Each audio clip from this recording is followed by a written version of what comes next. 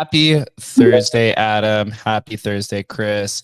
Happy Thursday, Zach. What is good, homies? We are going to have a little bit of a fun conversation today. Seems like the market in the crypto space is getting cleaned up. We just had the closing statements by SBF just happened this morning. We saw yesterday SafeMoon charged by the U.S. attorney in New York coming after them for their scammering, and we've been following the very entertaining Stars Arena downfall, or maybe they're coming back, but Kooks, our homie Kooks involved, Chill Pill, apparently the AVAX Foundation's involved. Oh, this space is just entertaining, to say the least. There is always something to follow. I can't wait to hear about that. It's so funny though, because SafeMoon, this is like years on. This is 3 years, 2 years later. This is a solid 2 years later. And it's like, what took so long? Like, I was talking to you about it right before the show. Like, I was in Miami at a conference in early 21 where these guys were walking around like kings. People were like, oh my God, those are the SafeMoon guys. And I met them, chatted with them, but people were holding them on this pedestal. And I was like, bro, what is this? This is like, this is like a scam. What is this? And here we are 2 years. It took them 2 years to kind of go after these guys when obviously all the rug's been pulled. These guys have milked everything out of the system. And it's like, why couldn't they step in 21? again, it's just this inability to do anything that actually makes a difference with as far as the SEC. It's disaster, in my opinion. Yeah, the U.S. Attorney's Office in New York is just staying busy. They're the one that I guess is stepping up on behalf of the federal government and just saying, hey, if you have even stepped foot in our city while you've been committing some crimes, we're going to come after you. That is actually like a legitimate part of the SBF case too. But sure. Chris, man, dude, we've been talking about all these crazy scam rings, even when we had native research back in 2021. What are your thoughts on SafeMoon finally getting taken down, and your thoughts on the SBF case closing out? Yeah, first of all, huge congratulations to Jake and Adam on 1 year at Emblem Vault. Ooh, You thanks, guys are bro. absolutely crushing it. Bro, that's like 10 years in crypto time, man. It's like we've been So you guys we've been with Emblem for 10 years, man. So decade anniversary. Yeah. So happy 10 years, a full decade in. You guys are absolutely smashing it. So keep up the good work. Love to see it. SafeMoon. I mean, we're from the crypto era where, we really wanted it to make a huge difference in the world. And then, through those 2019, 2020, all those days, these meme tokens just started going crazy. And we were just like, what is this, man? Like, what is going on? Like, why can't we use this technology for what it was actually supposed to be used for? And they, like Adam said, they just kind of blew up out of nowhere. I mean, they were like, you would go to the airport, you would see like a giant SafeMoon banner, like the first thing that you saw pushed down. The marketing that they pushed out was crazy. So obviously the industry's had a bad reputation for a long time. So to see kind of some justice being served is a little bit refreshing. Hopefully we can get back to building. In terms of the SBF case, I mean, this guy is a complete madman. I don't think that anyone expected anything less, but there's always the chance that he would pull some kind of card out. He always thinks he can outsmart everyone. And there was always the chance that, he had some kind of killer defense to kind of close it up with. But honestly, he just made a fool out of himself. It seems like he's going to do some serious time. One of the funniest takes that I saw, which was a bit of a parody, but it was from Autism Capital. And then it was like, this whole trial was just a ruse, just so Sam could get his hands on more Adderall. And the amount of amphetamines that this guy was pumping, I don't know. You can't completely rule that out. If he those addicts, those addictions are extremely strong. And just like if he could get another 3 months dose of Adderall, I don't know. I think maybe he would actually do anything to get something like that. And his defense was just so poorly crafted. Seems like he spent no time even working on the case. So I don't know what his intentions were, but I don't think it's going well for him. Adam, I missed the closing statements because I'm on West Coast, so always wake up a little bit later. You said that you listened to Laura Shin's perspective on the closing statements. What happened there? Was there any sort of legitimate defense at the end? No, I don't think there was. The way Laura framed it was basically Sam's lawyer is not a great speaker, which for closing arguments isn't the best. You would figure they could get somebody who could actually communicate effectively. But at the end of the day, Laura said the defense was basically have sympathy on Sam. He's really not that bad a guy. Have sympathy. And that sounds like hope is a strategy and not a good strategy. So not looking good for Sam. I'm going to post our numbers here in a second. I know Jake had 17 years. I had 25. And Chris had 21. I'm going to put it out as a Twitter poll in a second so we can get everybody lay their bets down on what we're going to end up with. Dude, the funniest part of this, before we even dive into kind of what turned up during this conversation, Martin Shkreli, who's been in prison before for hiking prices, was taking over-unders on the odds of him being convicted on all accounts, one account, no accounts in the years. So we got prisoners from the financial sector. I guess he's from the pharmaceutical sector. Taking bets on one another. And the funniest part is that during that conversation, I think 2 years ago on Up Only, there was like Martin Shkreli was on there, right? Duquan. There's like half of that Up Only call. Right, those people are now in prison or heading to prison, which is just very, very ironic to say the least.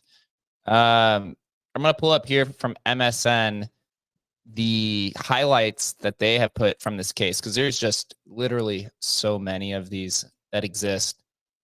But this one says the biggest bombshell allegations. And I have to say, too, before I start, I've been following like Tiffany Fong, Carly Riley, and Laura Shin, looking through their perspectives. They are all kind of on the same page. It's just interesting to see what kind of people point out. So it turns out that Alameda Research had been taking FTX customer deposits for what it could be up to 2019, literally since the very beginning. It seems like the three co-conspirators, Nishad, Gary Wang, and Caroline Ellison, have a different take on when they found out, which was, I guess, maybe part of their defense, because they're all going to go to prison for some amount of time. Gary Wang, who was the second in charge, I believe he owned like 10% of the company. He said that that Sam had begun, or they, I should say, they had been taking deposits since 2019, literally since the very beginning of the FTX Foundation. Caroline Ellison claims that she found out in 2020 because at Sam's direction. And then Nishad claims he didn't know until literally a few months beforehand because of this there's a few famous conversations that were poked at multiple times during the court case that we'll go into here in a little bit, but just kind of putting the facts out to see so we could kind of craft this as well.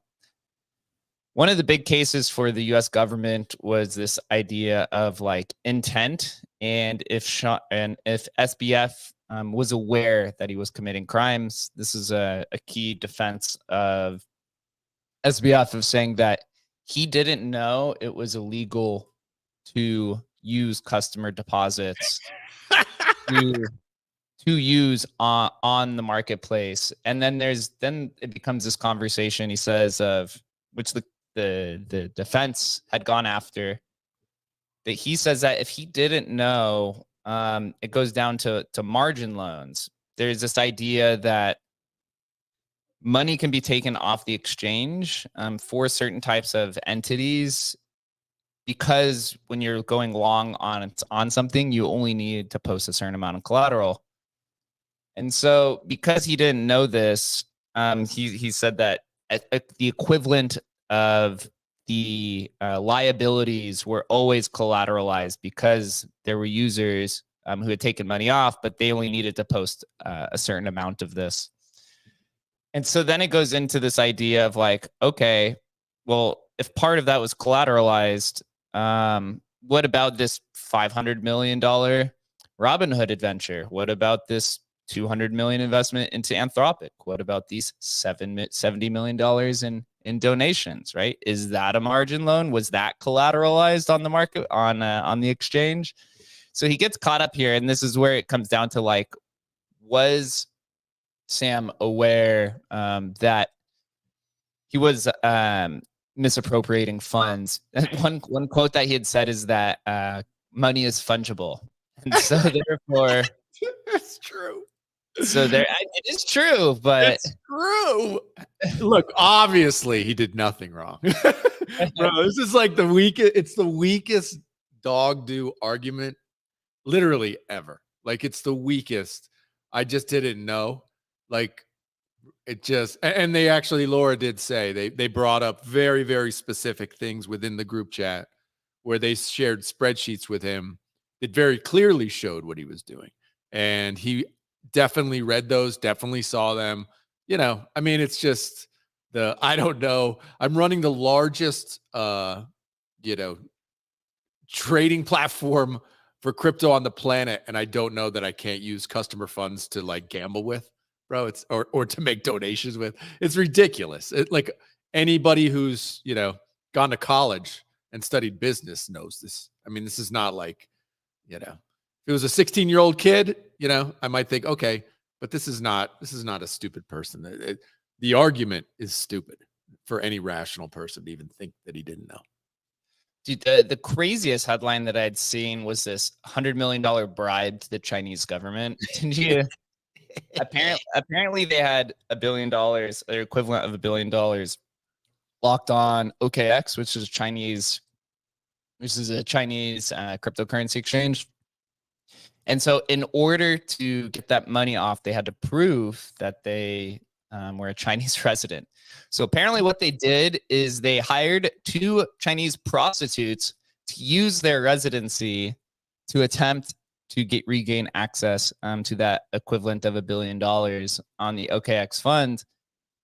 Turns out that didn't work. So he literally just went straight up the ladder and got in contact with a Chinese official from the CCP and offered to bribe them $100 million to get access to that $1 billion. That is a very, very bold claim. It's literally nonsense. It's literally like, first of all, what is the $1 billion doing there? Right. If you literally, as a US company or whatever, aren't allowed to like have crypto there, what would cause you to put it there?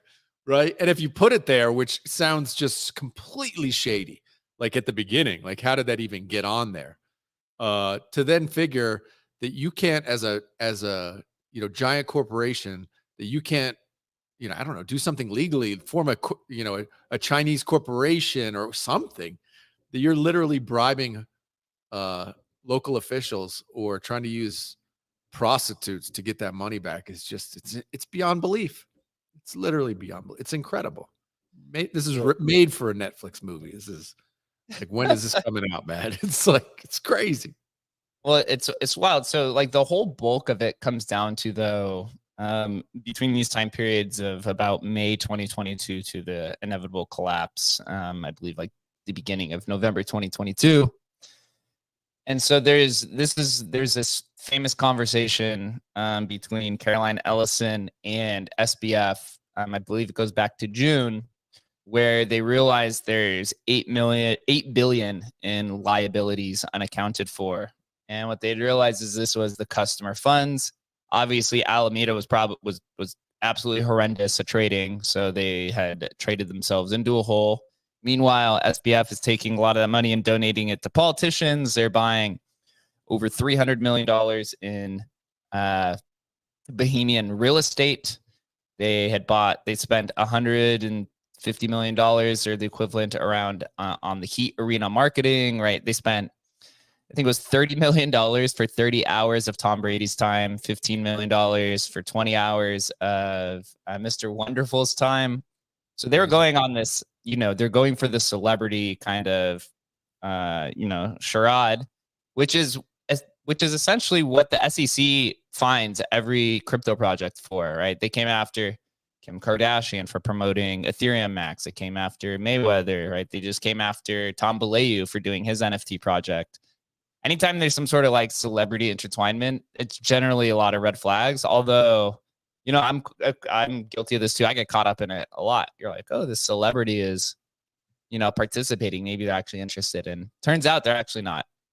So during this famous conversation in June of 2022, might have been in May, they figured out there was a $8 billion liability gap, and a bunch of their collateral was being called on. They wanted to be returned from Genesis, from Three Arrows Capital, from a lot of these places, and they didn't have it. So what SBF did is he directed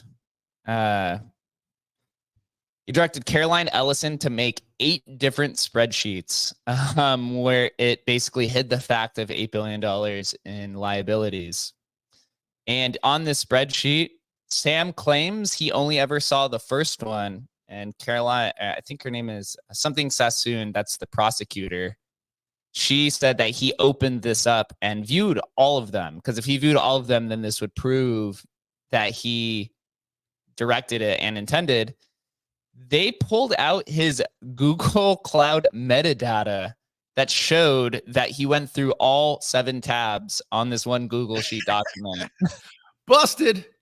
I mean, it doesn't even matter if he saw it. It's like, it's like ignorance of the law. I mean, from, law 101, like ignorance of the law does not give you a free pass. I mean, it's just, what are we even, I can't believe that this is the argument on SBF's defense. I guess it's to like somehow lower the amount of time he's going to spend in jail because he was acting ignorantly, I guess. But God dang. Apparently, when he was on the witness stand, he said an equivalent of "I do not recall" 140 times. If you got to think about how the law works, right? You have the prosecutor spending millions of dollars to, basically, put this entire thing on you. They have to craft a story. They did craft a story that they said that basically Sam had started this from the beginning. He had evil intent. This was malicious. I don't actually know if it was. I think it's probably a combination of he knew what he was doing wrong, but it also just spiraled out of control, and there was no way for him to really save it. But at the end of the day, right, he's claiming that he doesn't remember anything. And so they basically have to prove to the jury, which is just 12 random people, like picked off of like whatever the neighboring county is of New York City. Yep. To basically prove to them, that this guy directed all of this. And it's such a like dense white collar crime, right? It does leave some sort of like caution that, hey, maybe one person of this just really didn't understand what any of this is. Totally. And then you get a hung jury, right? Or he gets dismissed on 5 of the 7 counts or whatever the case is. But he's facing 117 years in prison, right? It says that, and basically how this all started, right? He was spending customer funds. He argued that, in the beginning of 2021, he took the FTT, right? He was using FTT as collateral. So there's one point that the defense was hammering quite often was that he was aware that he could not get this $2 billion liquid from the $2 billion in FTT that he was posting as collateral, and that they would artificially inflate FTT so then they could go borrow against it to then go take this money to then go spend, and also to fill the gap when customers were redeeming their deposits at that time. But he also was taking this money and bought like a $30 million mansion, $16 million mansion for his house. He paid his father $1 million bonus. He paid his mom $1 million donation to her, Democratic Party. Both of them were quite interesting. He paid money to his brother, started like a foundation too. Gave his brother his foundation like $20 million or something. Just scams on the scam. It's just incredible, man. It's just incredible. And you know what? Sometimes guys like this get away with it. Sometimes they do, man. Sometimes you never found out. Like if Bitcoin had continued to rise and went to 100K, we maybe never find this out. It just becomes lost in the sands of time, right? He just becomes a billionaire by magic. Sometimes this happens. It's a combination between, strategy and scamming. They pointed out many times that he was attempting to use his power to, kind of curtail, Gary Gensler to go after Binance, and so that he could be kind of this, he could be the safe spot. And then if he was, if he got the, the green light by the SEC, then he could obfuscate all of these deposits. They also claimed that his intent to buy Anchor was to get access to more customer deposits. Seems reasonable. at a severe discount from what it actually existed.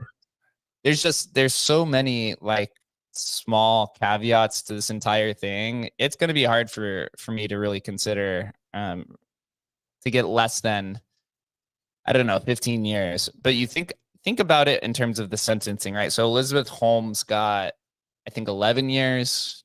Hers was not nearly as much as this, but then Bernie Madoff, which was at a larger scale, I think got like 30 years. So you feel remember Holmes, I mean, this is a difference for prosecutors. Holmes basically took money from investors, right? So the VCs lost money with Elizabeth Holmes, right? The public did not. This is like the public's going to lose money. And so they do look at that differently.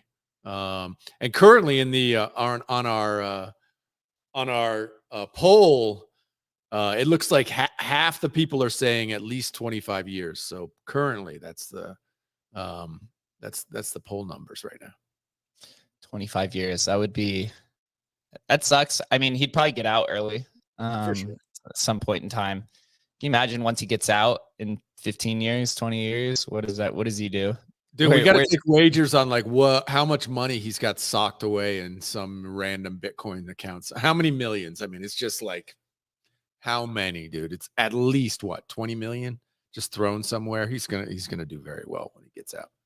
Probably. Oh, another big claim too was there's this entity called North Dimensions. So basically how Sam was able to mix customer deposits was you're not allowed to directly send, or he was taking customer FTX deposits and having it that sent to the North Dimensions bank account. Obviously, if it was being sent directly to Alameda, then people would figure that out. So North Dimensions that he claimed he wasn't aware of, he was the sole owner of it. So they brought it up. He said that he wasn't aware that customer deposits were being sent to North Dimensions, which then was being sent to Alameda Research at the tune of billions of dollars. Bro. And how the New York prosecutors pinned it on him to say that, this is our case and nobody else's, is they used GPS locating of Sam's cell phone to pin him that he was actually living in New York for the majority of the time before he moved to the Bahamas. So there's like a large amount of the early, the early money laundering, I guess you'd say, embezzlement. Embezzlement. Yeah, there you go. Theft, embezzlement was while he was living in New York. And this was probably when he was living at his penthouse, so that he could just be close to Washington D.C. Because apparently he also wanted to be president. Why not, bro? If you got dreams this big, why not? I think actually one good lesson out of all of this stuff is a good reminder that Alameda couldn't make money. Imagine this. They had basically unlimited cash. They had complete order book control. They knew everything that was happening on the order books. They had all this back end info from the trading desks, from trading, and they couldn't make money trading. I mean, if that isn't a warning to retail to stay the fuck away from trading, like nothing is. Like the biggest gigabrains on earth with all the information on earth, insider info, couldn't make money trading. Trading is fucking impossible. It's literally impossible for almost everybody. So that's the lesson for me. The question is how long does it take for the jury to deliberate a sentence? So this is now, I believe today they were given instructions by the judge. The whole case is done. Everyone's heard the case. Everything that we know about the case is what's going to be out, unless there's another book, unless Michael Lewis puts out another book or something like that. Although Michael Lewis was sitting with SBF's parents during the entire trial. So to show you kind of where the favoritism is of that book, he was literally sitting with them the entire. Literally crazy. Literally crazy. Did you watch that interview with that guy? That guy's insane. It felt like it felt like he was only seeing it through Sam's eyes, which I guess is okay, but he didn't have any remorse to the money that was stolen and still hasn't been repaid to this day. It's amazing when I watched snippets of his interview, like you just said, he got put under Sam's spell, but then is completely blind to any future kind of information. And I'd heard this about about Hitler in the Second World War. Churchill had sent people over to go meet with him, and those guys came back and were like, "Oh, this guy's amazing, such a great dude." And Churchill realized, like, I can't go meet with this guy, because if I go meet with this guy, it's possible I'll fall under his spell as well. I mean, people can do that, right? You can be charmed by somebody. And this guy was so charmed. Like, it's ridiculous how badly he got hoodwinked, and still is to this day, like completely blinded. It's really, really, unfortunate. But this leads to a bigger question. And Chris, I'll propose this to you first, right? We've been in this space for feels like forever. Do you think that this case finally puts a seal on a lot of the malicious activity that's happening at a large scale in the industry? Yeah, definitely. The thing about what made Sam so bad was that the industry was like yearning for that. We wanted kind of that regulation, front facing kind of head of the industry. And Sam really played that role when he continued to go into DC every week and hang with politicians and be super public and act like he was the most regulated exchange in the industry when it was all kind of just a veil to kind of shade what was really going on.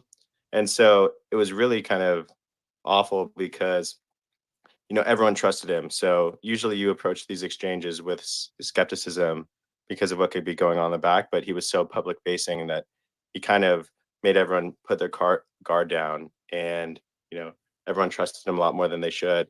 But now we have these players, regulated financial institutions, BlackRock, ETF, all of these bigger players that we're finally at that stage where there are regulations, there are procedures and protocols that everyone's going checks and balances that are going to have to be kind of put on the industry finally. So I think we're ready to move past it. The days of crypto being like the absolute wild west are definitely coming to an end. You see it, like you said, with the Safe Moon guys as well, SBF, Do Kwon, Three Arrows. Basically, everyone that was a main character at some point, it's pretty much going to be locked up. So I think finally, hopefully, knock on wood, cross your fingers, but it might finally be time for the industry to grow up a little bit. So extremely happy about that. Yeah, me too. Everyone's pointing to CZ being kind of the final boss. Chris, do you think he gets away with it? Do you think he gets slapped with a fine? Does the DOJ have so much evidence that he's put away and extradited? It's tough. It's tough for me to kind of comprehend. But what do you think? I mean, like, I've always liked CZ, right? And maybe, yeah, sure, he probably had shady dealings. There's probably some double dipping at some point within his, since the start of Binance. But he does have some sort of proof of reserves, right? Like he has $60 billion that are visible through his proof of reserves for Binance. So it's totally different than Sam having zero reserves, not even having any cold wallets. It's totally night and day difference. You look at BNB. BNB has stayed above $200 this entire saga. Like the amount of power that CZ has is truly incredible. That guy is a madman, and so I don't think that he will do jail time. If anything, I think he'll probably pay a fine. Knock on wood, obviously, because anything that would happen with CZ would be pretty catastrophic for the near term of the industry. But I mean, CZ has onboarded more people to crypto than basically anyone else in the entire world. Binance is by far the biggest exchange in the entire world. And so it's kind of sad to see him, all of the regulators and everyone kind of make it seem like CZ is the villain when really Sam was the villain. And so I hope, I don't know, I think that he has so much money that if anything, it'll be a pretty major fine. But that guy has ungodly amounts of money. He was a massive BTC whale. He worked at, I think, the early stages of OKX, and then he started Binance. So he had Binance equity, and then he had, he was the biggest BNB holder. So the amount of wealth that guy has is truly incredible. I don't see him doing jail time, maybe a fine. And, there's a lot of real competition. So, these regulated exchanges, CME's getting a lot of traction. These ETFs are going to pose a new way to get liquidity into the industry. So finally, there's other options than just Binance. So I think we're ready to move on. I think we're growing up, and I think CZ will probably go down, hopefully not looking like a total madman. That's my hope. Adam, you met CZ once at the super secretive crypto mafia conference down somewhere in the hidden place. Somewhere in the hidden place of the world. What was your impression of him when you got to meet him? People falling all over him. Even at a Bitcoin conference like loaded with deca millionaires, right? And it's interesting because I think I've told you this before, maybe offline, but we were in kind of small groups where people are talking about SBF and how did we not see this coming and how did we not catch on to this? And I'm like, bro, we got CZ right over there and nobody's even talking about this, right?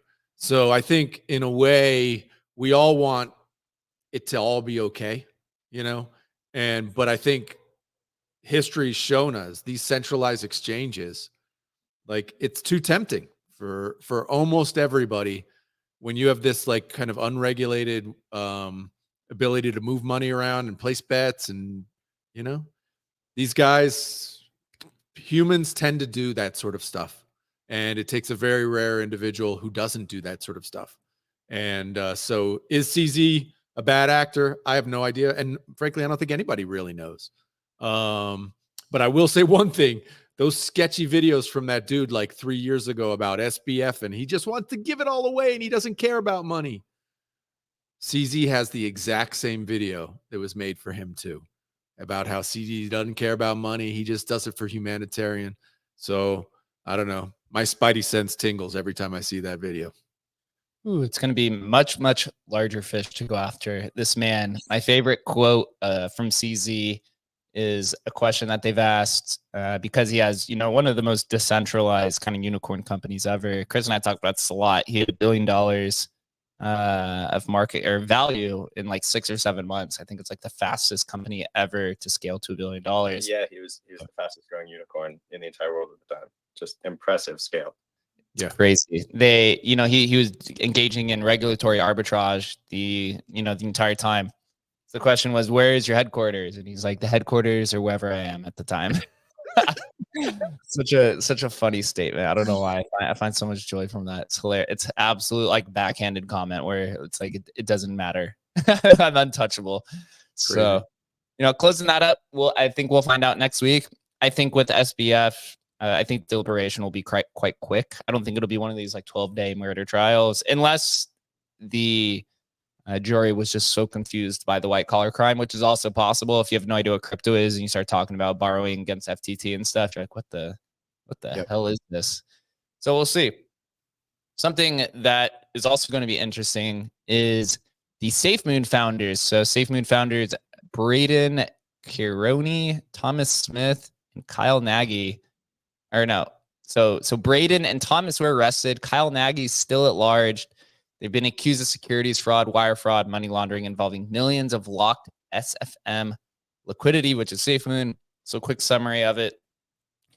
Accused of fraud and money laundering, funds allegedly used to buy fancy cars and homes. What a absolute surprise there. Accused of lying about the locked SafeMoon funds. I believe this has to do with the marketing fund, which was like a big kind of pitch that a lot of these meme coins were doing, where they were saying a portion of these trading fees were getting directed to this marketing fund that were untouchable. And turns out the large majority of these were not locked across not just SafeMoon, but a lot of these different projects. SafeMoon's market cap reached $8 billion at one point. They had a deceptive tax, 10% SafeMoon tax that may not have benefited the holders. And this case is a joint case between the FBI, Homeland Security, and IRS.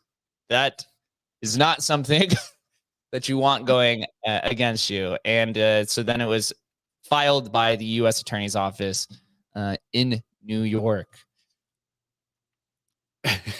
Is this the end of meme coins, man? I just think that Kyle Nagy dude who hasn't been busted yet, bro. Run, bro. That dude should never pop his head above water, man. That dude should be disappeared, gone, goodbye forever, bro. Jesus Christ. So this is the headline on justice.gov. It says founders and executives of digital asset company charged multi-million-dollar international fraud scheme. And then the quick summary underneath says defendants allegedly misappropriated millions of dollars of investor funds to their own use, including purchase of luxury vehicles, real estate, and personal investments. Sounds eerily similar to the SBF. I gotta say though, if you look on that on some of the Twitter threads, they actually show like the houses that those dudes bought, not in the same league as FBF. Like they were just like they were big houses, but they look in the middle of nowhere. Could have been anywhere, Georgia or something. Definitely not the $15 million, penthouse suite on Grand Bahama. Like not in the same realm as SBF. Not nearly as impressive, I gotta say. It is entertaining to say. I would say this one is probably more of a slam dunk than the SBF case is, even though it was clearly obvious because there's no customer funds. It's just they're lying about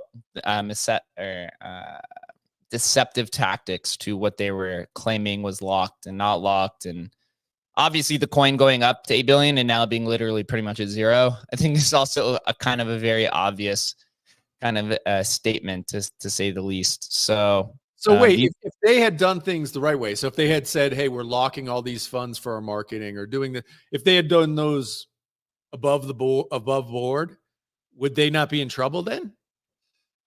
You know, that's possible. I mean, so here you have criminal charges that are being placed, not just civil charges. So I think there's more to the story that we don't know. I mean, the headline on justice.gov says international money laundering scheme.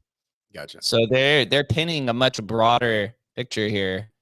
Maybe they try to maybe they try to tie it to FTX or Binance, right? If they tie it to FTX and everyone knows about FTX, right? I think that's even more of a slam dunk where it's like, oh, you were offloading your money through FTX.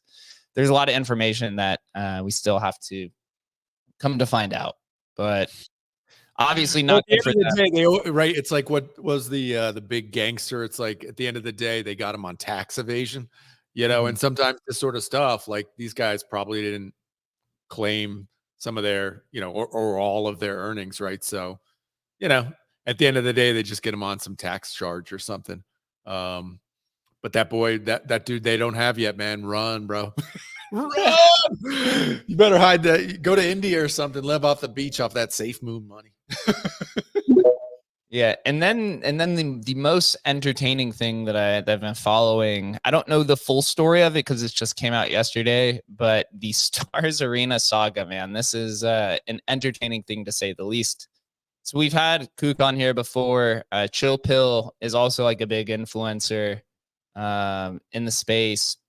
So if you don't know the story of Stars, did this just die? Oh, never mind. Sorry. No, I got you.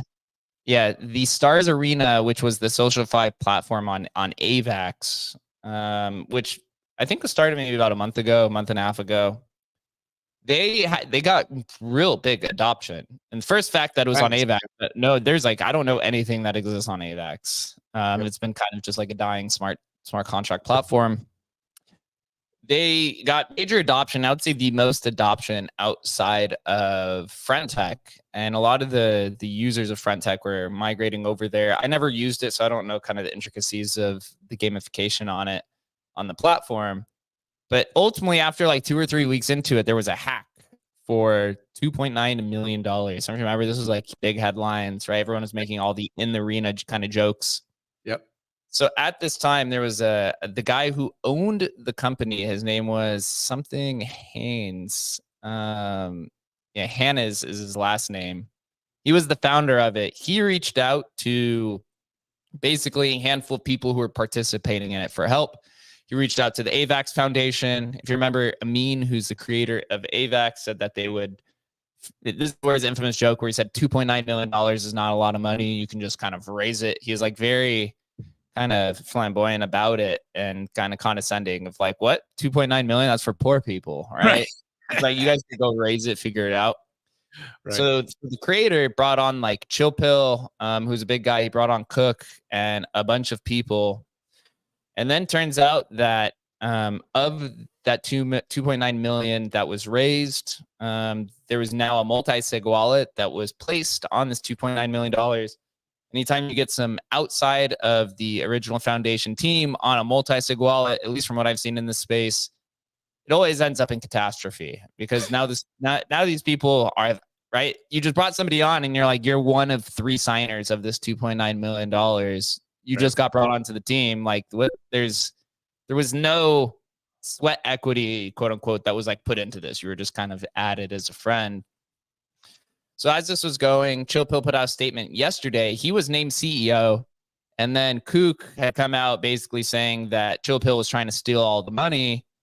And so then Chill Pill put this tweet out and it's pinned to his profile. He said, I didn't steal anyone's company. I trusted hands as a developer and didn't read the smart contract. And then the exploit of 2.9 million happened. The only mission was to get people's funds back. You can read it for yourself. And he goes on this like long tirade because Chill Pill, I think, helped build the Stars Arena through his company called Creators, which is like a dev studio. So he said, following the exploit, I stepped up to not only secure users' funds, but I had to mediate with Hands and other teams throughout the entire time. Hands was getting pressure from the AVAX community devs, right? And that's where the whole AVAX community or AVAX Foundation got into it. So then in order for it to be the exploited funds to be secured, Hands had to step down as the controller. And this is where Chill Pill then came in as CEO. They said that that was like, I guess, one of the agreements there. And after having so many calls, says that we've had several calls on this when I asked Hands to get back up and continue because we can cover the loan we were securing to get users' funds back.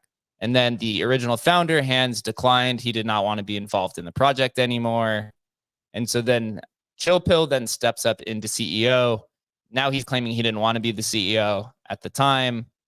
And he said that I believed after the transition that Hands just couldn't handle the pressure after the exploit, and I always kept him informed and wanted to get back. I finally got the team to agree with it, and then Chill Pill becomes CEO.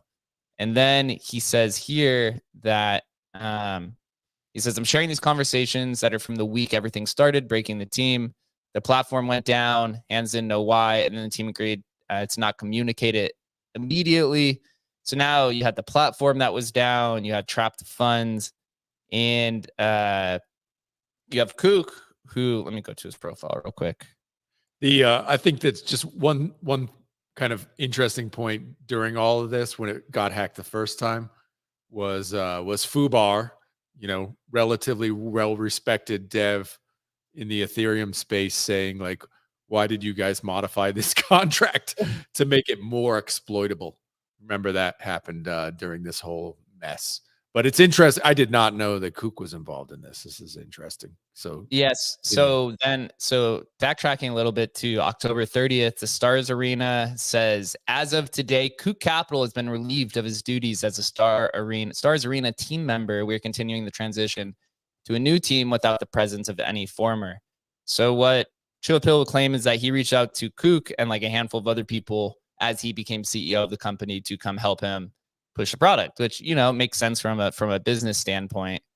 And then Kook comes out and says, basically almost kind of blackmailing them. He says, Dear Stars Arena and AVAX, I'm still comprehending the recent catastrophe. I'm willing to accept 690,400 USDT. He said, I'm willing to accept $700,000 in exchange.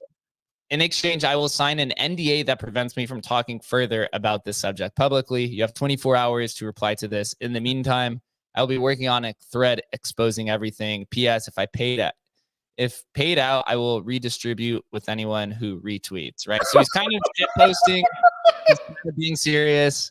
How did I miss this? This is crazy town, man. Even Zach XBT even gets involved and says, I'm not sure blackmailing will help fix this situation.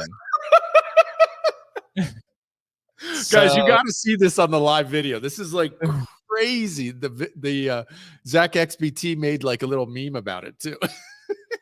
So Kook comes in and says, Chill Pill has removed me and another person, lowercase boot, from the multi-sig wallet. The multi-sig is now controlled by 3 people, 4 signatures, right? So, and then he says Chill Pill is 2 of those signatures. So now Kook is claiming that they were removed so that Chill Pill can come in and basically siphon the money for himself at the end of the day.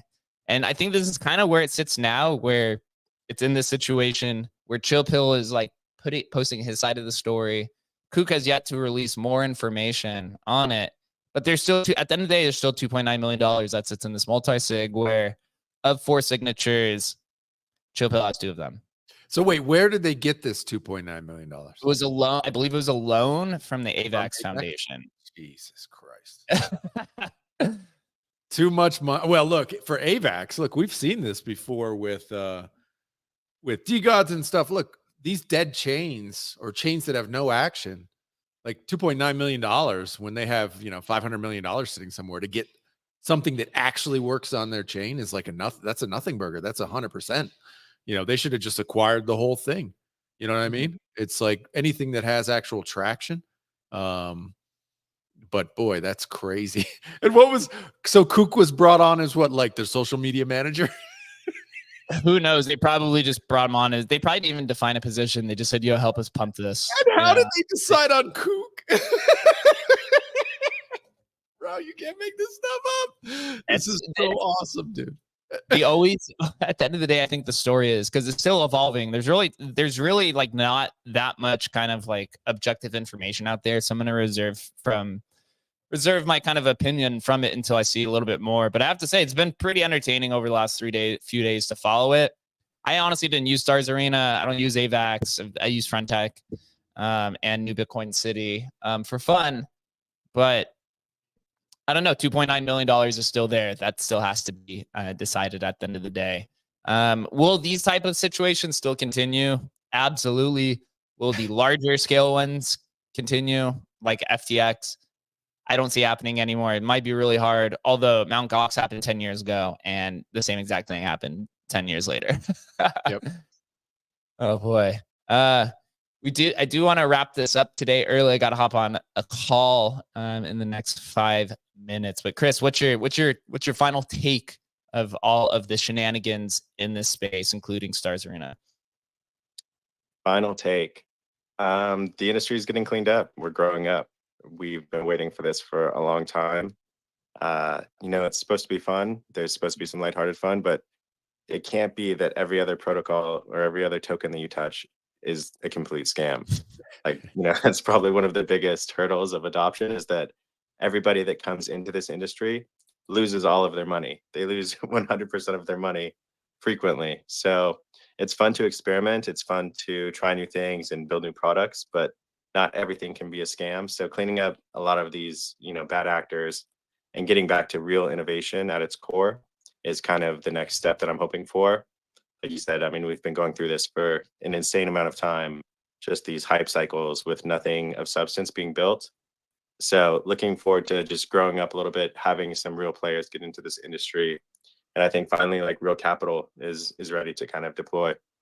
I was looking at it the other day, and Bitcoin is the same market cap as like Tesla, like one company in the United States. You know what I mean? It's not even the biggest company in the United States. So, we're going on like 15 years of the world post Bitcoin, and it's still just so small.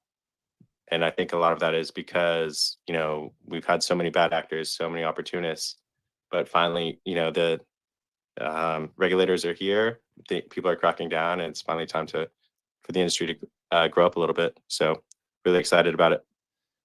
Adam, final take on the shenanigans of the crypto space. It is infinitely entertaining, man. This is complete. It's amazing how siloed we get where we don't see this stuff. But here we are, man. Yeah, I'm with Chris, man. It's better days ahead, man. Better days ahead. We still have to build stuff that people want to use, and lots of opportunities out there. That's for sure. Let's hope a few less scams. Yeah, I mean, you look at the market right now. It definitely feels like the generational bottom is in. Bitcoin's going up. If you know the history of how Bitcoin moves, it then tends to make these very violent moves upwards in short time frames. So sounds like Bitcoin's probably going to go higher. A bunch of altcoins are starting to rebound. NFTs are starting to rebound. Ordinals are starting to rebound. I'm starting to see a bunch of ordinal sales. Sats, the meme coin on BRC20, is absolutely, it's up like, I don't know, 20x from the inscription cost, 30x. There's opportunity out there. So if you're a capital allocator, I think this is the time to be looking for some safe bets, because it seems like it's only up from here. And awesome. Until then, if you guys don't know, we do the show Tuesday through Thursday, 11:30 a.m. Eastern time. Man, we had an insane spaces with Eatscription. It definitely got botted, but it said there was 55,000 people. I guarantee there was not 55,000 people, 55,000 bots. But it was a very packed space. There was definitely a few thousand people there in and out. So very awesome to see. The Pepe space was also a pretty big space. And then we get to kind of shoot the shit, have some fun, talk about the market overview. And until then, guys, enjoy the weekend. Be safe today, Friday, the rest of the weekend. I think daylight savings if you live on the West Coast. And we'll see you next week.